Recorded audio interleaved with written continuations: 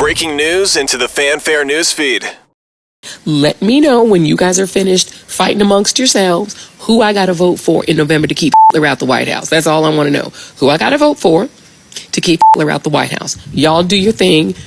Play in traffic all you want in front of these Republicans, acting a fool in front of these people instead of privately declaring your stuff. But don't text me no more, because I'm not taking no more of these texts. Just let me know when you guys are finished figuring it out, Democrats, because I know y'all the freak out people. Go ahead and freak out, have your conversation, and then let me know who I got to vote for to keep her out the White House. That's it. I'm done. Look, I'm just going to be honest. I mean, everybody comes on the air and says all this great stuff, but behind the scenes, it's full-scale panic.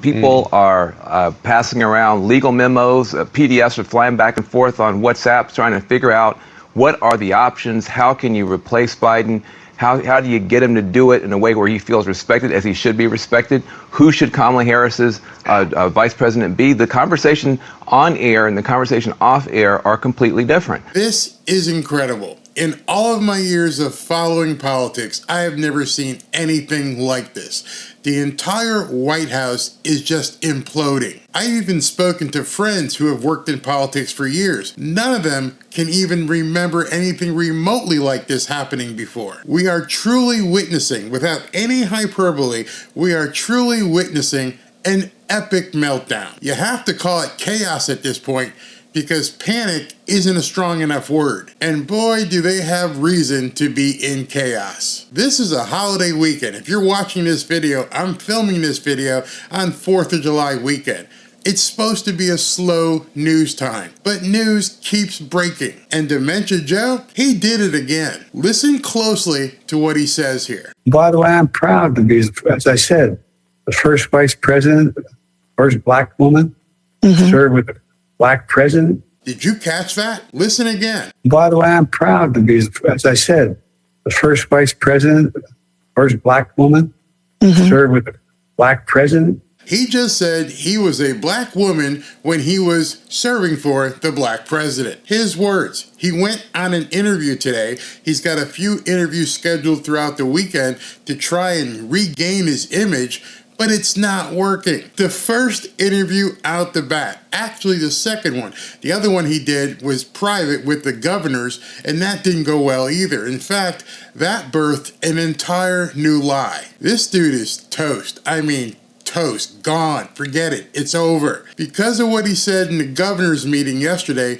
we all found out today that Karine Jean-Pierre, in her press conference yesterday, lied to the world, lied to the media sitting right in front of her, even though the reporter asked her two times, are you sure what you're saying? Is what you're saying true? Listen to it for yourself. I just wanted to clarify one thing. I know you got a lot of questions about this issue yesterday. Has the president had any medical exams since his last annual physical in February? And we were able to talk to his doctor about that, and that is a no. He hasn't had any kind of medical exam? No. And now today, it's being reported that CNN found out and confirmed that she lied during the press conference. Here's MJ Lee. She's the woman who asked the question. She says White House spokesman Andrew Bates confirmed that Biden indeed was examined by his doctors in the days following last week's debate to, quote, check on his cold, and he was recovering well. I asked White House press secretary yesterday if Biden had gotten any medical exam after his February physical, and she said, as you heard, no, flat out lied. And then, once this was posted, another reporter on CNN, Caitlin Collins, says the White House now says, because they were caught in a lie, that President Biden was seen by a doctor after the debate after initially telling MJ Lee, the reporter who was at the press conference, that he had no medical exams. And now everybody's running with it. Just in, White House admits Karine Jean-Pierre lied and now says Joe Biden did see a doctor after the debate. KJP adamantly told the press just yesterday that Biden hadn't had a medical exam since February, even saying she had personally spoken with the doctor. I'm sure we won't get any sort of details about this exam from the most transparent transparent administration in history. How does anybody trust anything that comes out of their mouths? You can't. You can't trust anything that comes out of the White House and most of the media. This is unbelievable. It's a full-on shit show at the White House. And right now, Jill Biden and Hunter and Dementia Joe have seemingly dug their heels in, and they're telling everybody they're not going anywhere. They are going to stay in the race, and he's going to stay president. Meanwhile, the media, realizing they've been lied to, is not having it anymore. At least most of them aren't having it anymore. Van Jones is speaking out, and he's spilling the internal beans of what's really going on within the media and the White House. Look, I'm just going to be honest. I mean, everybody comes on the air and says all this great stuff, but behind the scenes, it's full-scale panic. People are passing around. Isn't it funny how these guys are being honest now? Now that, years have transpired of Joe basically babbling around and them saying he's great, now they're spilling the beans. Legal memos, PDFs are flying back and forth on WhatsApp, trying to figure out what are the options, how can you replace Biden, how do you get him to do it in a way where you... So all of this talk is happening behind the scenes. I hear Van Jones talking. Why are these people not out there telling us everything that's going on? We're having to find bits and pieces. I guarantee you, if this was the Trump administration, they'd be digging like gold miners trying to find stories. But now they're just trying to placate, Joe and see if he can just nicely go away. He's not going to go away nicely. You're going to have to. When I say you, I'm talking about the media, and maybe even Kamala have got to get in there and start hitting back. He feels respected as he should be respected. Who should Kamala Harris's vice president be? The conversation on air and the conversation... So they've gone that far as to discuss who Kamala Harris's vice president should be. My video yesterday, I told you she's been considering Pete Buttigieg. Can you even imagine Kamala Harris as president and Pete Buttigieg as vice president? I don't even know how to say his name. I don't really care. This is just a clown show at this point. Conversation off air are completely different, but he may not be able to get across the finish line. And a mature party has to take that into account, and that is what's happening. And so, look, I understand people want to, defend him and protect him and give him their space and the dignity to make his own choice. But there is a big conversation happening right now about how this happens, not whether. So even he just said what I said yesterday. It's no longer an if, it's a when. They've already made the decision in regards to the media and probably some people in the White House that Joe is out. Now it's just a matter of how do we make it happen, which is not an easy task. And it looks like there's a full-scale mutiny going on at this point. You now have people like Joy Reid out here blaming other people for putting Joe Biden in the White House. And she's so crazed, she's so out of her mind, all she can do is compare Trump to that guy from Germany, that guy Adolf. This is insane. I had to bleep it out because she said it so many times, and the people here on YouTube don't like to even hear that name. But she said it like 5 or 6 times. Listen to this insanity. Y'all just tell me who the nominee is going to be. Let me know when you guys are finished fighting amongst yourselves who I got to vote for in November to keep her out the White House. That's all I want to know. Who I got to vote for to keep her out the White House. I almost think she says it on purpose. She knows that's a no-no word here on YouTube, so she keeps saying it, hopefully that people won't spread too many of the videos that she's talking nonsense in. But some of us know how to edit, and some of us know how to bleep stuff out, so we can see your insanity on full display and show it to people. Y'all do your thing. Play in traffic all you want in front of these Republicans, acting a fool in front of these people instead of privately declaring your stuff. But don't. Okay, so now she's on, I don't know which team, but she's like, I'm out of it. You guys go ahead and fight, do whatever you want. I'm not a part of this. When she's been a part of it for the last 3+ years. She has had no problem defending Dementia Joe for 3.5 years on MSNBC. Every single night for 3.5 years. And now she's trying to say, I'm Switzerland here. I don't really care. I'm out of it. Text me no more, because I'm not taking no more of these texts. Just let me know when you guys are finished figuring it out, Democrats, because I know y'all the freak out people. Go ahead and freak out, have your conversation, and then let me know who I got to vote for to keep her out the White House. That's it. I'm done. So to her, it's okay right now that she can say whatever she wants because y'all Democrats are the ones who elected Dementia Joe. She wasn't part of it. It was y'all people, not her. Don't you understand that? I'm Switzerland. I'm out right now.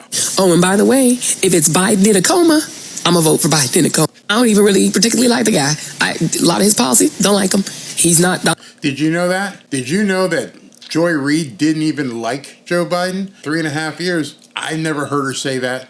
Never heard her mention that one single time. But now we're finding out I don't even like Joe Biden. Donald Trump, right? Yeah.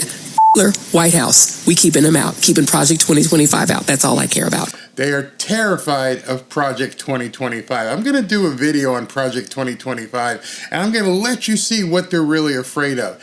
What they're really afraid of is sane people running government. Sane, S-A-N-E, because that's what they're terrified of. Up and down the ballot, from the rooter to the tutor, school board, all the way up to White House and everything in between. Governors, members of Congress. I'm just going to vote all the way down to keep these people out. The Project 2025 thing. Good luck with that. Is the whole Republican Party. At this point, it's not about Biden. It is not about him. It's above me now. There's a Best Western next door. She said that like 3 or 4 times in other videos about Best Western. I must be missing that point. But this Project 2025 thing has got these people completely freaked out. Completely freaked. Maybe cause her to lose her hair. It is about keeping Donald Trump and his Project 2025 friends out of power. That's it for me, y'all. Y'all let me know what you think. And another But it wasn't enough. She had to come back for more. thing. I've always got another thing. You guys do know that in 2020, y'all Democrats had choices of young people. You had a young LGBTQ guy, Mayor Pete. Pete Buttigieg? Wait a second. What do you mean, you Democrats? She's a Democrat. You see how she's trying to distance herself at this point? Hey, I had nothing to do with this crap. That was y'all Democrats. You know, we had a choice. We could have picked Pete Buttigieg. We could have bought one of 3 or 4 other candidates, but no, y'all chose Joe Biden, not me.